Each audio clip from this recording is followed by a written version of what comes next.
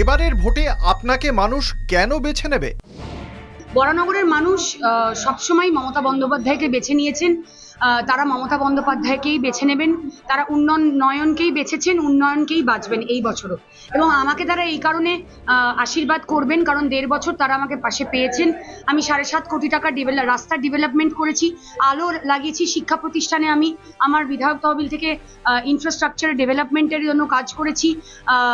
প্রত্যেকটা জায়গায় আমি যেখানে যেখানে স্ট্রিট ল্যাম্প লাগবে স্ট্রিট ল্যাম্প লাগিয়েছি, সিসিটিভি ক্যামেরা লাগিয়েছি সারা বরানগর জুড়ে নিরাপত্তা বাড়ানোর জন্য। যে রাস্তা গুলো মানে সেই স্টেট ফান্ড থেকে হয়নি, সেই রাস্তাগুলো আমার বিইউপি ফান্ড থেকে করেছি। খাবার জল সরবরাহ করেছি। ১.৫ বছর আমি এইটুকুটা পেরেছি, সেই জন্যই তারা আমাকে আগামী ৫ বছর তারা জানে আমি এর থেকে বেশি কাজ করব, সেই জন্য তারা আমাকে আশীর্বাদ করবে। আমাকে যদি নাও বেছে নেয়, কাকে বেছে নেবে? আপনি আমাকে এটা বলুন না, তাদের বেছে নেবে কেন? যারা যিনি ২ বছর ছিলেন তাকে আবার সুযোগ দেবে কেন? ৫ বছরের কাজ ২ বছরে হয় না। ২ বছরে কিছু তো করেছেন। মা হাড়ির সব চাল টেপে নাকি? একটাই চাল টিপে বুঝে যায়, তো বরানগরের মানুষ বুঝবে না? আমাকে কেন বেছে নেবে এবার বলি। আপনি তো আমার সাথে ঘুরছিলেন, ওই স্কুলটা দেখালেন না, আপনি রেকর্ড করেছেন। ওই স্কুলটাকে দেখলেই আমাদের ভোট দেবে। আপনি চলে যাবেন স্টেট জেনারেল হসপিটাল, আপনিও তারপর আমাদের ভোট দেবেন। এই রাজ্যের ছেলেমেয়েরা বাঙালিরা পড়তে যাবে অন্য রাজ্যে, এই রাজ্যের বাঙালিরা চাকরি করতে যাবে অন্য রাজ্যে, এই রাজ্যের বাঙালি চিকিৎসা করাতে যাবে অন্য রাজ্যে। আর বাঙালি অস্মিতা দেখাবেন আপনারা, বাংলার মানুষ আপনাদের ভোট দেবে। এসআইআর কি শাসকের পক্ষে যাবে নাকি বিরোধীদের পক্ষে যাবে? শাসকের পক্ষে বা বিপক্ষের কাজের কথা বলে না, এটা ভোটারদের পক্ষে হয়েছে বলে তো মনে হচ্ছে না। কারণ অনেক বৈধ ভোটার এখনো তারা বিচারাধীন এবং তাদের নাম সাপ্লিমেন্টারিতে ওঠেনি। তাদের সমস্ত পেপারপত্র রয়েছে, ২০০২ তালিকাতেও তাদের নাম ছিল, তা সত্ত্বেও তাদের নাম ওঠেনি। তো এটা শাসকের পক্ষে বা বিপক্ষে আমি বলবো না, আমি বলবো যে এটা ভোটারদের পক্ষে হয়নি, যেটাই হয়েছে মানে বৈধ ভোটারদের পক্ষে হয়নি। পক্ষে বিপক্ষের কোনো ব্যাপার নেই, বিপক্ষেই যাবে। কারণ ওই দ্বিজেন মুখোপাধ্যায়ের ভোটটা আর মারতে পারবে না, দ্বিজেন মুখোপাধ্যায়দের ভোটটা আর মারতে পারবে না। আপনার বিপক্ষ দলের দুর্বলতা কোথায়? না, আমি তাদের দুর্বলতা বিচার করার কে? তাদের দুর্বলতা মানুষ দেখছে, মানুষ বিচার করবে। আমি কারোর দুর্বলতা সবলতা, বিশেষ করে তিনি যদি মহিলা হন, তার মধ্যে যাব না। আমি আমার কাছে সায়ন্তিকা দেবী ইস্যু।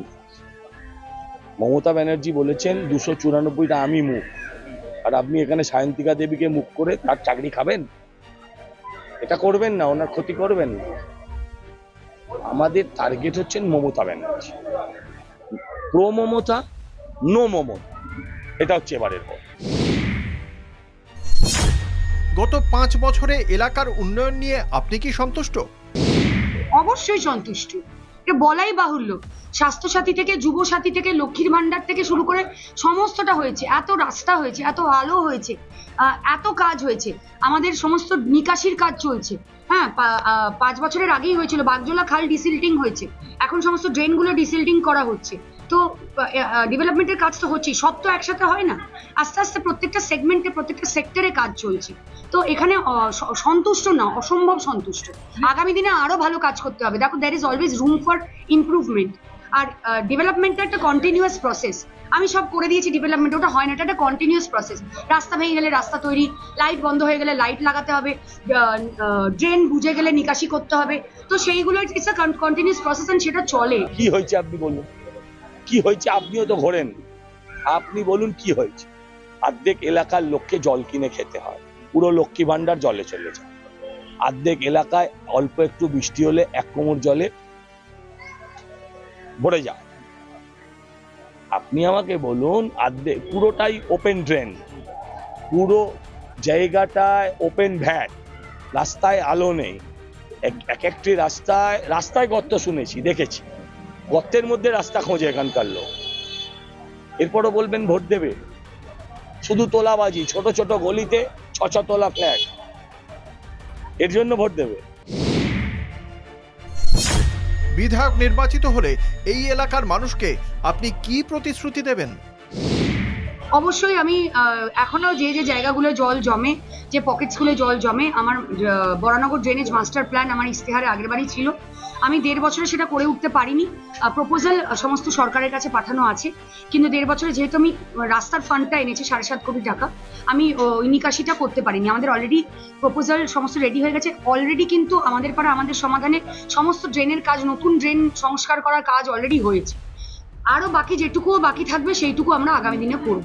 সমাজ বিরোধীদের সমূলে উৎপাটিত করবে 48 আওয়ার্স।